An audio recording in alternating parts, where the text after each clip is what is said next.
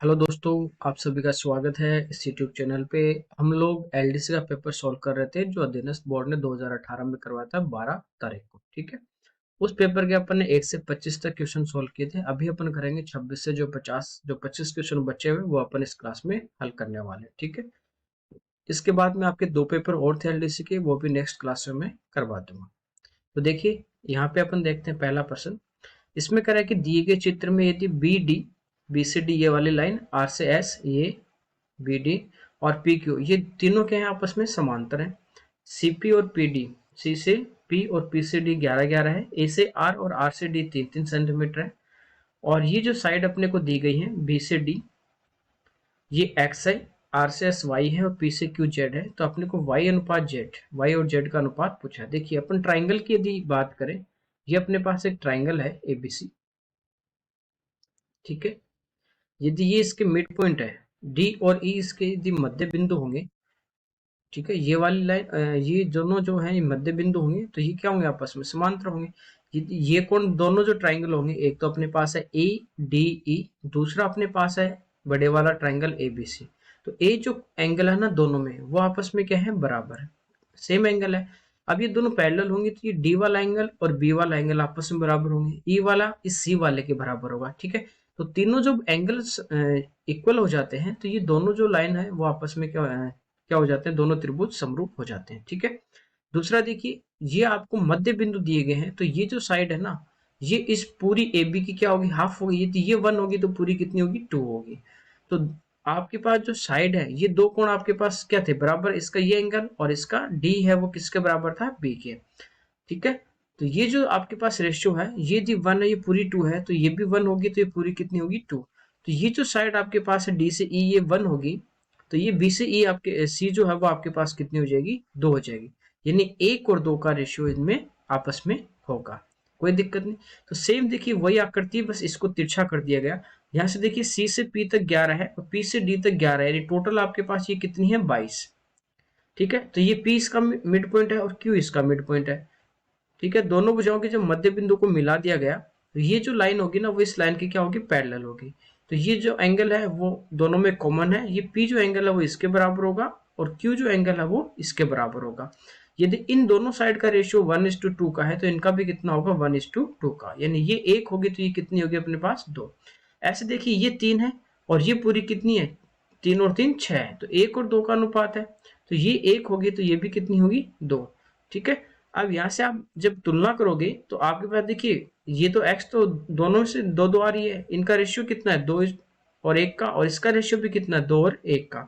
तो ये रेशियो और प्रोपोर्शन में पड़ा था, दोनों सेम है, तो अपन रख सकते हैं कि यानी x आपके पास 2 है, y आपके पास 1 है, z आपके पास 1 है। तो इन तीनों का जो रेशियो है वो कितना होगा, 2:1:1। ये 2 बार जो रेशियो अपने पास है, यदि अलग अलग होता तो फिर अपन इनका एक रेशियो निकाल लेते। तो यहाँ से जो अपना आंसर आएगा, वाई और जेड का पूछा है, तो वो क्या हो जाएगा, 1:1 हो जाएगा। कोई दिक्कत नहीं इसमें तो।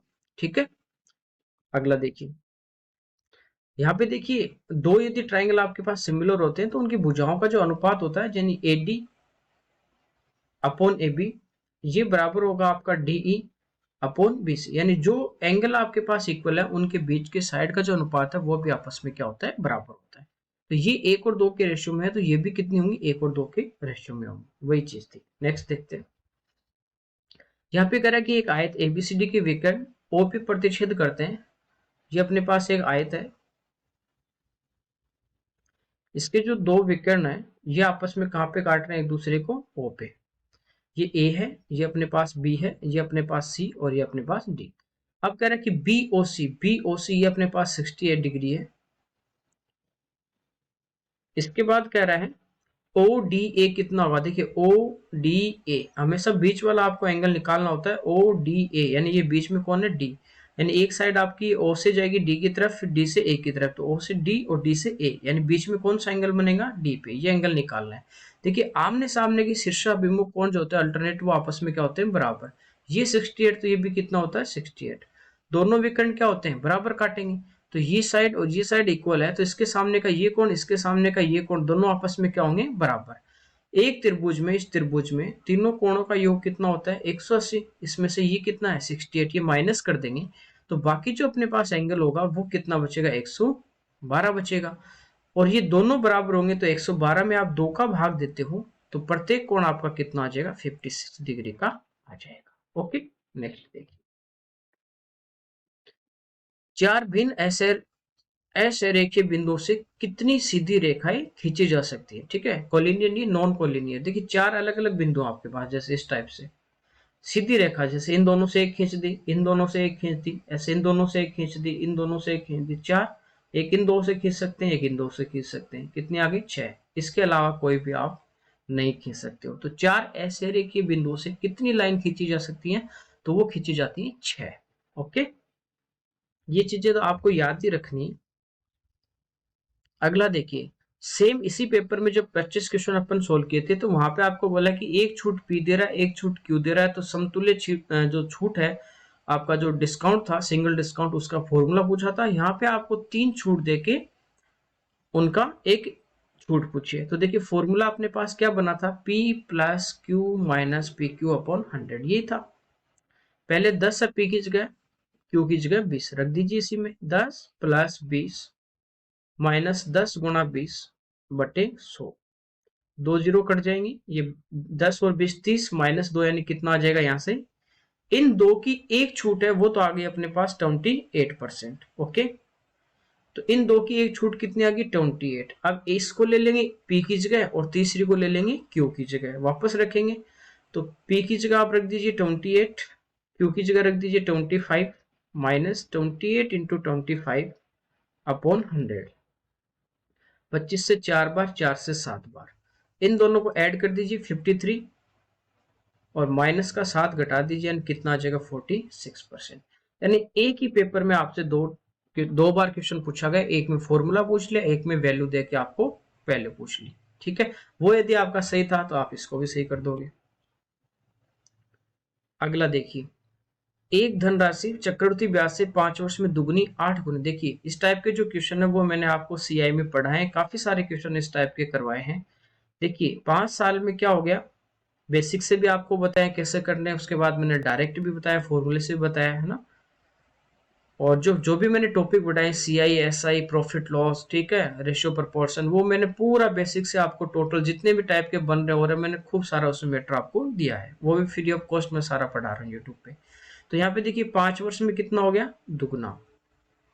ठीक है, 8 गुना पूछा है। देखिए 2 का दुगना हो जाएगा अगले 5 वर्ष में, यानी 2 का डबल कितना होगा, 4 गुना। ऐसे आगे चलेगा, सेम अगले 5 वर्ष में 4 का डबल हो जाएगा, कितना, 8 गुना, यही पूछा है। तो 5 प्लस 5 प्लस 5 यानी कितने साल में हो जाएगा, 15 साल। ओके, ऐसे 16 गुना पूछता तो फिर 8 का डबल हो जाता, वो प्लस 5 और साल करते, कितने साल में हो जाता, 20 साल में। ठीक है, नेक्स्ट देखते हैं। कह रहा है किसी नियत संख्या का 21% 28 है, उस संख्या का 15%। देखिए 28 जो दिया है ना, वो कितने प्रतिशत का मान दिया, 21 का। पूछा कितना है, 15 जो दिया है, उसके नीचे उसी का परसेंटेज लेना है, ये रेशियो लेना है, जो पूछा उससे इंटू करना है। तो देखिए 3 से कट रहा है 7 बार, 3 से कट रहा है 5 बार, 7 से कट रहा है कितनी बार, 4 बार, 4 गुना 5 यानी कितना आपका आंसर आ जाएगा, 20 आपका आंसर आ जाएगा। एकदम सिंपल सा क्वेश्चन आपको पूछा है। नेक्स्ट देखिए, कह रहा है एक आयताकार प्लॉट की लंबाई और परिमाप का अनुपात है 1:3, लंबाई चौड़ाई का अनुपात पूछा। देखिए लंबाई मान लेते हैं अपन L है, ठीक है। परिमाप आपके पास क्या होता है, 2 इंटू एल प्लस बी। परिमाप होता है कोई भी आकृति उसके चारों तरफ की लंबाई। तो आयत की अपन बात करते हैं तो ये लेंथ है 2 बार इसकी क्या होती है, ब्रीथ यानी चौड़ाई। तो इनको जोड़ेंगे तो 2L प्लस 2B, ठीक है। तो कोई भी आकृति होती है उसके चारों तरफ की लंबाई क्या होती है, वृद्धि होती है, परिमाप। इनका रेशियो आपको दिया है, लंबाई का 1 है तो इनका कितना है, 3। क्रॉस मल्टीप्लाई कर दीजिए, 3 को L से करेंगे तो 3L बराबर 2 को अंदर इंटू कर दोगे 2L प्लस 2B, या डायरेक्ट भी ऐसे लिख सकते हो। 2L इधर आएगा तो ये बचा L बराबर क्या बचा, 2B। B को इधर लेके आइए, L अपॉन B यानी कितना आ जाएगा, 2/1। तो ये अपना आंसर हो जाएगा कितना, 2:1। कोई दिक्कत नहीं, सीधा सीधा आपको फॉर्मूले में पुट करना था। नेक्स्ट देखिए, दिया log b बेस, यहाँ पे b a into log c, b into log base a c, ये पूछ। देखिए डायरेक्ट आप इसको क्या लिख सकते हो, log a upon log b, ये आप लॉगरिथम में पढ़ोगे, इनटू log b और log c into log c upon log a। देखिए log a से log a कट जाएगा, log c से log c, log b से log b, यानी अपना जो आंसर है वो कितना आ जाएगा, 1 आ जाएगा। ठीक है, नेक्स्ट देखिए, दिए समीकरण का एक मूल। देखिए इस टाइप से जब आपको परिमेय संख्या में देता है तो सहयुग्मी जो मूल होते हैं, एक प्लस में तो दूसरा उसका मूल होता है माइनस में, यानी √5 - 2। ठीक है, दोनों मूल ये होते हैं, एक दूसरे के अपोजिट होते हैं। ये देगा माइनस में तो दूसरा क्या होगा, पॉजिटिव। समीकरण पूछा तो समीकरण होता है x² माइनस x, ठीक है, इंटू मूलों का योग प्लस मूलों का गुणनफल बराबर 0। तो देखिए x² माइनस x इंटू मूलों का योग, जब इन दोनों को जोड़ेंगे तो 2 से 2 कट जाएगा, यानी √5 2 √5 प्लस मूलों का गुणनफल। जब गुणा करोगे देखिए a प्लस बी और इंटू में a माइनस बी, यह आपके पास बनेगा a² माइनस b²। ठीक है, तो a² देखिए √5 का स्क्वायर 5 और 2 का 4, तो ये a² माइनस b² कितना आ जाएगा, 1 बराबर 0। तो देखिए x² माइनस 2√5x प्लस 1 बराबर 0, ये आपका आंसर है। तो करना क्या होता है, जब भी परिमेय संख्या में देता है, समिश्र संख्या में जब भी देगा आपको, एक परिमेय में एक नॉर्मल समिश्र संख्या में, तो एक मूल यदि प्लस वाला है तो दूसरा आपका माइनस का होगा, एक माइनस में होगा तो दूसरा आपका प्लस में होगा। नेक्स्ट देखिए, 13 के क्रमागत 3 गुणकों का योग 390, 13 का दूसरा गुणक। देखिए एक गुणक जैसे अपने पास है 13x, गुणक के बाद क्रमागत यानी लगातार 3 संख्या है, यदि एक x होगा, एक x प्लस 1 होगा, एक x प्लस 2 होगा, इनसे 13 को इंटू कर देंगे तो 13 के गुणक बन जाएंगे। x से करेंगे तो 13x, अब इससे करोगे x प्लस 1 से तो ये होगा 13x प्लस 13, तीसरे से करेंगे तो 13x प्लस 13 गुणा 2 26, इन सब का जो टोटल है वो आपको दिया है 390, ये दिया है। ठीक है, 3 कर्मागत। देखिए कर्मागत संख्या क्या होती हैं, जिनमें डायरेक्ट जो संख्या होती है जिनमें एक का डिफरेंस चलता है, इनको प्लस करेंगे 13x 13x 13x 39x, 13 और 26 39 बराबर है 390। ये इधर माइनस कर देते हैं, 40 करते हैं 350 और एक 351, तो ये हो गया 39x बराबर 351। ठीक है, देखिए इधर 1 है इधर 9 है, तो 9 गुणा 9 81 होता है ना, और 9 30 27 27 8 35, यानी कितनी बार कट रहा है, 9 बार। आप डायरेक्ट यूनिट डिजिट चेक किया करो, ठीक है, कि किससे इंटू करने पे सेम यूनिट डिजिट आ रहा है। तो x बराबर कितना आ गया, 9, यानी यहाँ पे 9 होगा, ये हो जाएगा 9 और 1 10 और ये हो जाएगा 9 2 11, और 13 के गुणक है और दूसरा गुणक पूछा है तो 13 गुणा 10 यानी कितना आ जाएगा, 130 आपका आंसर। ठीक है, पहला गुणक पूछता तो आपने पास होता 13 गुणा 9, तीसरा पूछता तो होता 13 गुणा 11। ठीक है, नेक्स्ट यही है, इसमें दिया है इनका गुणनखंड पूछा है। देखिए x², एक बार इस x को अंदर इंटू कर देते हैं, x को अंदर इंटू करेंगे तो ये अपने पास क्या बनेगा, a से गुणा होगा तो ax, b से होगा तो bx और c से होगा तो cx। ठीक है, इस x को मैंने इन तीनों से इंटू कर दिया, प्लस का आपके पास है ab प्लस आपके पास है bc, यहां तक कोई दिक्कत नहीं। x को abc से अपन ने क्या कर दिया, मल्टीप्लाई कर दिया। देखिए x², इन दोनों में अपन देखें कॉमन यदि अपन लेते हैं, यहां से इन दोनों में कॉमन अपने पास क्या आ जाएगा, x कॉमन आ जाएगा, तो क्या बचेगा x प्लस a। अब ये bx और ab में इन दोनों में कॉमन क्या लूंगा, b, तो क्या बचेगा x प्लस a।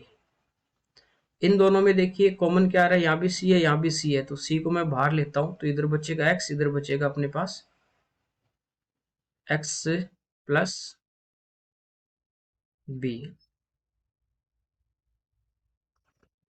ठीक है, अच्छा इधर भी x प्लस यदि a आता अपने पास तो डायरेक्ट अपन a को भी बाहर ले लेते, ठीक है, कोई बात नहीं। देखते देखिए x प्लस a इन दोनों में कॉमन आ रहा है, तो x प्लस ए मैं इन दोनों से कॉमन लेता हूं, तो यहाँ तो x बचेगा प्लस यहाँ पे क्या बचेगा अपने पास b बचेगा, प्लस है c into x plus b. अब देखिए इन दोनों में कॉमन क्या आ रहा है, ये x प्लस बी यहाँ से कॉमन आ जाएगा अपने पास दोनों से, तो x प्लस बी मैं बाहर ले लूंगा, तो इधर तो बचेगा x प्लस ए और इधर क्या बचेगा प्लस का c। ठीक है, तो x plus B into x plus A plus C, ये अपना आंसर आ जाएगा। ठीक है, आप इन दोनों से कॉमन ले रहे हो या इन दोनों से कॉमन ले रहे हो, कॉमन लोगे यानी आपके पास घूम फिर के ये अपना आ जाएगा लास्ट में। ठीक है, तो x को डायरेक्ट यहाँ पे इंटू करना था और बाकी फिर कॉमन लेना था। जहां पे आपको दो टर्म में कॉमन दिख रहा है उनमें आप कॉमन ले लीजिए। ठीक है, 3 से भी कॉमन ले सकते हो, वो कोई दिक्कत नहीं। नेक्स्ट देखिए, यहाँ पे देखिए दिया है 50,005 का वर्ग। देखिए ये एक मैंने शॉर्ट वीडियो डाला था कि लास्ट का जब इकाई अंक 5 हो तो उसका अपन स्क्वायर कैसे कर सकते हैं डायरेक्ट, देख लीजिए एग्जाम में आया हुआ भी। लगता है कि ये तो पूछा नहीं जाता, लेकिन 5 का जो वर्ग है वो काफी जगह काम आता है। तो यहाँ पे अपने को दिया है 50,005। आपको मैंने बताया कि इकाई का अंक यदि 5 हो तो डायरेक्ट वर्ग कैसे करते हैं, पहले इस 5 का अपन क्या करेंगे स्क्वायर कर देंगे। तो इस 5 का जब मैं वर्ग करूंगा तो वो तो अपने पास आ गया 25, वो सारे ऑप्शन में आ रहा है तो ऑप्शन से नहीं कर सकते। फिर इसको छोड़ दीजिए, इसके बाद जो संख्या बची है 5000, इसको अपनी अगली संख्या से गुणा कर देंगे। 5000 के बाद में कौन आ जाएगा 5000 है, इन दोनों को मल्टीप्लाई कर देंगे और वो यहाँ पे रख देंगे, अपना क्या आ जाएगा आंसर आ जाएगा। ठीक है, कोई दिक्कत नहीं, या इसका स्क्वायर करके यही नंबर इसमें प्लस कर देंगे, बात एक ही है। तो 5 का स्क्वायर देखिए कितना हो जाएगा 25, वर्ग करेंगे 3 जीरो है ना, तो डबल हो जाएंगी कितनी 6, और यही संख्या इसमें प्लस कर दीजिए। ये दोनों तरीके से मैंने आपको बताया। तो यहाँ पे देखिए क्या आ गया 0,0,0,5। ठीक है, फिर ये 2 जीरो आ जाएंगे और फिर 25 और ये 25 स्टार्टिंग वाला, ये आपका इसका आंसर आ जाएगा 25,0,0। ठीक है, इन तीन में है, दो में है 25,0,0, फिर 5 के बाद में 3 जीरो है 25, ये अपना आंसर आ जाएगा। ये सेम मैंने आपको एक वीडियो डाली थी, छोटी सी वीडियो थी 2-3 मिनट की शायद, उसमें मैंने डाला था कि लास्ट का यदि आपका इकाई अंक 5 हो तो उसका आप डायरेक्ट स्क्वायर कैसे कर सकते हो। 1 मिनट की भी शायद वीडियो डाली हुई है, देखिए। अगला देखते हैं, यहाँ पे दिए इसका क्यूब रूट लेना है। देखिए इसको अपन क्यूब रूट कई तरीके से कर सकते हैं, लेकिन यहाँ पे ऑप्शन जो है 65, 75, 85, 95 बहुत दूर दूर है। देखिए 95 की यदि बात करूं, 90 का आप वर्ग क्यूब कर सकते हो। 90 का यदि आप क्यूब करोगे तो 9 का क्यूब होता है 729 और 3 जीरो लगा दोगे। इससे यदि बड़ा आ रहा है इसका मतलब ये किसका है 95, इससे बड़ी संख्या आ रही है ना, तो 95 डायरेक्ट आपका आंसर आ जाएगा। इसमें कुछ करना ही नहीं था, आपको क्यूब रूट निकालने की आवश्यकता ही नहीं थी। आप थोड़ा सा प्रैक्टिस करते हो तो ये चीजें आपकी समझ में आने लग जाएंगी। यहाँ पे कह रहा है कि मोहन ने 30,000 में 2 गाय खरीदी, एक को 15% हानि पे दूसरे को 19% लाभ पे बेचने पे पाया कि दोनों गायों का विक्रय मूल्य आपस में क्या है बराबर। दोनों गायों को क्रय मूल्य पूछा है। देखिए इस टाइप के क्वेश्चन भी अपन ने किए हैं। देखिए एक का मैं मान लेता हूँ जी क्रय मूल्य क्या है x और एक का क्या है क्रय मूल्य y। पहले पे 15% की हानि तो कितने प्रतिशत में बेचेगा उसको 85% में। दूसरे पे 19 का लाभ तो कितने में बेचेगा 119% में। और दोनों का ये विक्रय मूल्य क्या है बराबर। देखिए प्रतिशत हटाएंगे नीचे 100 आएगा, वो कैंसिल होगा, परसेंटेज से परसेंटेज कैंसिल होगा, बात दोनों एक ही है। ठीक है, ये क्वेश्चन प्रॉफिट लॉस से मैंने करवाया इस टाइप के। देखिए 17 से कटेगा 5 बार और 17 से कटेगा कितनी बार 7 बार। y में इधर लेके आ जाऊंगा बराबर 7/5, यानी दोनों का जो कॉस्ट प्राइस है वो है 7 और 5 के अनुपात में। अब टोटल के नीचे आप टोटल ले लीजिए 30,000 टोटल है, टोटल कितना है 7, 5, 12। किसका पूछा है दोनों का, तो पहले के लिए मैं 7 से गुणा कर दूंगा, दूसरे के लिए 5 से। 12 से कट रहा है 2 बार, 24 फिर 6 यानी 0 5 बार और 7। 25 को 7 से गुणा करते हैं 175, ये रहा। तो आपका जो आंसर है वो कौन सा आ जाएगा, ये ऑप्शन। सेम ऐसे क्वेश्चन आपको मैंने पीछे करवा रखे हैं। देखिए यहाँ पे कह रहा है कि दो वृत्तों की परिधि का अनुपात 2:3 है, उनके क्षेत्रफल का अनुपात। देखिए आपको यदि सर्कल में रेडियस दे दे कि आपको ये बोलता कि त्रिज्या का अनुपात 2:3 है या व्यास का अनुपात 2:3 है या परिधि का अनुपात 2:3 है, और क्षेत्रफल पूछे तो इसका स्क्वायर कर दीजिए। क्षेत्रफल क्या होता है, पाई आर स्क्वायर होता है, तो आर का क्या स्क्वायर है, तो आपको इसका स्क्वायर करना, 2 का स्क्वायर 4 और 3 का स्क्वायर 9।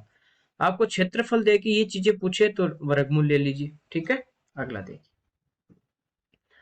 यहाँ पे कह रहा है 21 सेंटीमीटर व्यास की गोलीय गेंद को पिघलाया गया, 1 सेंटीमीटर किनारे वाले घनों में पुनः ढाला गया, कितने घन बने। देखिए अभी आपको सेम इसी पेपर में पीछे भी एक क्वेश्चन सोल्व किया था, बेलन से, छोटे बेलन में वो जूस डाल रहा था। तो मैंने आपको क्या बताया कि एक आकृति से दूसरी पिघला के बना रहा है, या उसका जो आयतन है, जो भी उसमें जूस पानी जो भी वो दूसरे बर्तन में डाल रहा है। तो यहाँ पे क्या होता है, आपका वॉल्यूम सेम होगा। यहाँ देखिए इस गेंद को पिघला के इसी गेंद से तो वो छोटे घन बना रहा है, इसका मतलब दोनों ये जो चीजें हैं, गेंद और जितने घन बनेंगे इसका आपस में आयतन क्या होगा, बराबर। तो देखिए गोले का आयतन होता है 4/3 पाई आर क्यूब, 4/3। ठीक है, पाई का मान 22/7 ले लेते हैं, आर क्यूब। तो 21 व्यास है, तो त्रिज्या कितनी हो जाएगी अपने पास, आधी, 21/2, 4/3 पाई आर क्यूब। ये गोले का अपने पास क्या आ जाएगा, आयतन। और इससे वो क्या बना रहा है, घन बना रहा है। और कितने घन बना रहा है, मान लेते हैं एन घन बना रहा है। ठीक है, और घन का जो आपके पास आयतन होता है वो होता है भुजा क्यूब, और भुजा कितनी है, 1। तो 1 का क्यूब तो 1 ही होगा, बस इसी को सोल्व करना था। 2 गुणा 2 4 से 4 कटेगा, 3 गुणा 7 21 से 21 कटेगा, और 2 गुणा 2 से 22 कट जाए, कितने बार, 11। 21 का वर्ग कर देंगे अपने पास 441, और 11 से गुणा कर देंगे डायरेक्ट, 1 का 1 ले लेंगे, 5 8 4, 4851 ही आपका आंसर। ओके, यानी एक आकृति से दूसरी आकृति बना रहा है, तो आपको आयतन को क्या करना है, बराबर। देखिए इसमें कह रहा है कि दो लाइन आपको दी गई, निम्न समीकरण दिए गए, इक्वेशन पूछा कि इनका कोई हल नहीं है। ठीक है, हल विद्यमान नहीं है। देखिए 3 कंडीशन अपने पास होती है। जैसे आपके पास 2 लाइन है, एक है a1x plus b1y plus c1 बराबर 0। दूसरी लाइन है अपने पास a2x प्लस b2y और प्लस c2 बराबर 0। यदि ये 2 लाइन है, अब इसमें 3 कंडीशन बनेंगी आपके पास। जैसे एक तो होगा कि ये लाइन है, इसी पे दूसरी लाइन चल रही है, एक दूसरे के समपाती है। ठीक है, यानी मिलते जा रहे हैं हर पॉइंट पे, तो इनके कितने हल होते हैं, इन्फिनिटी होते हैं, अनंत होते हैं। वो कंडीशन क्या होगी, इनका जो रेशियो होगा ना, a1/a2 ये बराबर होगा, सॉरी b1/b2 बराबर होगा c1/c2 के। तो इनके कितने, यदि ये तीनों जो कोफिशिएंट है x y और कांस्टेंट है, ये इक्वल होगा इनका रेशियो, तो इनके कितने हल होंगे, अनंत हल होंगे। ठीक है, कोई दिक्कत नहीं। दूसरा देखिए, एक a1/a2 इक्वल होगा b1/b2, लेकिन ये इक्वल नहीं हो, कौन, c1/c2। तो क्या होगा, एक लाइन जैसे ये है, दूसरी इसके पैरेलल होगी, समांतर लाइन चलेगी, दूसरी क्या चलेगी, इसके समांतर। ठीक है, तो ये कहीं भी नहीं मिलेंगे, कहीं भी नहीं मिलेंगे, तो जो इनका हल होगा वो कितना होगा, शून्य। कोई हल नहीं होगा। ठीक है, कितने हल होंगे इनके, शून्य, कोई भी हल इनका नहीं होगा। ये पूछा कोई हल नहीं, ये वाली कंडीशन अपने को चेक करनी है। ठीक है, तीसरी कंडीशन होती है कि a1/a2 नॉट इक्वल टू है b1/b2। ठीक है, ये नॉट इक्वल टू हो या हो, उससे कोई फर्क नहीं पड़ेगा। तो यहाँ पे क्या होगा, इनका एक हल होगा, इसको बोलते हैं एक हल बोल दे या अद्वितीय हल बोल दे, एक ही बात है दोनों। ठीक है, ये कंडीशन कब होती है, जब दो लाइन एक दूसरे को एक बिंदु पे प्रतिच्छेद करते हैं, काटते हैं। अब देखिए ये चेक करना है कि कोई हल नहीं हो, यानी a1/a2 बराबर होगा b1/b2। तो यहाँ देखिए x का गुणा कुछ नहीं, एक है, 1/3, और ये माइनस का 2/4, तो ये तो माइनस प्लस ये वैसे नहीं बराबर। यहाँ 1 है, यहाँ 2 है, तो 1/2, यहाँ 2 है, यहाँ 4 है, तो ये भी 1/2 और ये भी 1/2, ये तो सारे रेशियो बराबर है, तो कितने हल होंगे अनंत, तो ये भी नहीं होगा। ये देखिए 2 और x का तो मान पॉजिटिव है, y का क्या नेगेटिव, माइनस माइनस प्लस हो जाए। ठीक है, 2/1 और ये 1/2, ये भी नहीं है। तो डी चेक करते हैं। यहाँ पे देखिए a1 का मान है वो कितना है, 1, यहाँ पे कितना है, 2, यहाँ पे b1 कितना है, 2, और b2 कितना है, 4। तो ये आपस में रेशियो क्या आ गया, बराबर। और ये बराबर नहीं है, देखिए -5/-12, ये बराबर नहीं। तो इसका आंसर कौन सा आ जाएगा, डी इसका आंसर होगा। ये वाली कंडीशन आपको चेक करनी है। तो ये 3 कंडीशन होती है। इस बार ये पूछा गया है, तो हो सकता है दूसरे पेपर में दूसरी कंडीशन आपको पूछ ले। नेक्स्ट देखिए, यहाँ पे कह रहा है कि एबीसीडी एक चक्रीय चतुर्भुज है। देखिए चक्रीय चतुर्भुज क्या होता है, जिसके चारों जो शीर्ष हैं वो वर्त की परिधि पे होते हैं, और आमने सामने के कोणों का योग आपके पास 180 डिग्री होता है। ठीक है, एसी और बीडी इसके विकर्ण है। यदि डी बी सी 55 है, डी बी सी ये वाला जो एंगल है 55। देखिए डी बी सी का मतलब एक लाइन बीच वाला आपका एंगल होता है, एक लाइन डी से जाएगी बी पे, एक लाइन सी से आएगी बी पे। तो बी पे एक डी से ये आ रही है और सी से ये आ रही है, तो ये एंगल बनेगा आपका कितना 55 डिग्री। इसके बाद आपको कह रहे हैं बी ए सी 45 है, यानी ए पे एंगल बनेगा, एक लाइन आपकी बी से आएगी दूसरी आपकी सी से आएगी, यानी ये आपका कितना दिया 45। पूछा है बी सी डी ये एंगल पूछा है, यानी ये सी पे एंगल पूछा है चक्रीय चतुर्भुज का। यदि ए वाला अपने पास पूरा होगा तो दोनों आमने सामने के 180 होंगे, उसमें से घटा देंगे तो ये आ जाएगा। अब देखिए यदि आपके पास एक वर्त है और ये एक अपने पास चाप है ए बी चाप है, इससे ये जो एंगल बन रहा है यहाँ पे एक्स है, इसी ये चाप यदि इधर बनाएगा तो ये भी एक्स होगा, इधर बनाएगा तो ये भी एक्स होगा, ये कहीं भी परिधि पे एंगल बनाएगा वो सारे आपस में क्या होंगे बराबर। तो देखिए यहाँ पे जो 55 डिग्री का एंगल बन रहा है, ये एक तो आपका आ रहा है डी से, एक लाइन कहां से आ रही है सी से। अब यहाँ पे मैं इस एंगल की बात करूं, ए पे बचा हुआ जो एंगल है, तो आप देखते हो यहाँ पे कि एक लाइन तो कहां से जा रही है सी से जा रही है और दूसरी लाइन कहां से आ रही है डी से। वो सेम जो 55 वाला बन रहा है वही दोनों लाइन, दोनों शीर्ष वही आ रहे हैं आपके पास। तो ये भी कितना होगा 55। ये टोटल ए पे एंगल कितना हो गया 100 डिग्री, आमने सामने 180, तो ये कितना बचेगा आपका 80 डिग्री। तो ये अपना आंसर आ जाएगा। नहीं, चक्रीय चतुर्भुज में क्या होता है आमने सामने का कोणों का योग 180। नेक्स्ट देखिए एबीसी और ई एफ जी सर्वांग समय, यानी सर्वांग समय तो ए के बराबर ई होगा, बी के बराबर एफ होगा और सी के बराबर जी एंगल होगा और ए बी के बराबर ई एफ होगी, बी सी के बराबर एफ जी, इसी क्रम में चलना है दो दो को उठा के। तो ए बी बराबर ई एफ, ठीक है। एक्स और वाई के मान देखिए, ये जो साइड है ना ए सी, ये साइड ए सी, इसके बराबर कौन होगा ई से जी, यानी 2x प्लस 8 बराबर अपना कितना आ जाएगा 10x। ये 2x इधर आ जाएगा, कितना बचेगा 8x, इधर कितना बचा 8, यानी x का मान यहाँ से आपके पास कितना आ गया 1 आ गया।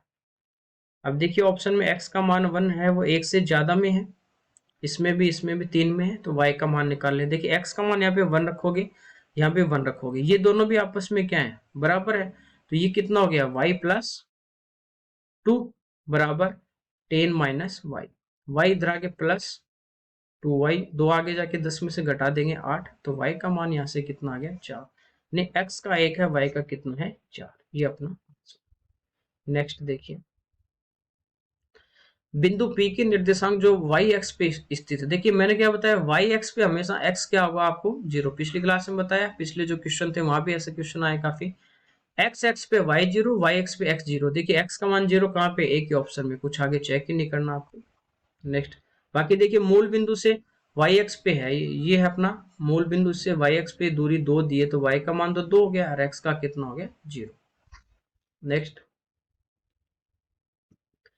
ये रेशियो एंड प्रोपोर्शन में सेम ऐसे क्वेश्चन अपन ने किए, a का मान 3 रखना, b का 5, c का 7। जब भी रेशियो पूछा है नीचे आपके पास A B C, A plus B, B minus C, इस टाइप से कुछ भी हो तो डायरेक्ट वैल्यू रखनी है, ऊपर जोड़ोगे 3 5 8 7 15 बटे बी का मान कितना है 5, 15 बटे 5, यानी आपका आंसर कितना आ जाएगा 3 आ जाएगा।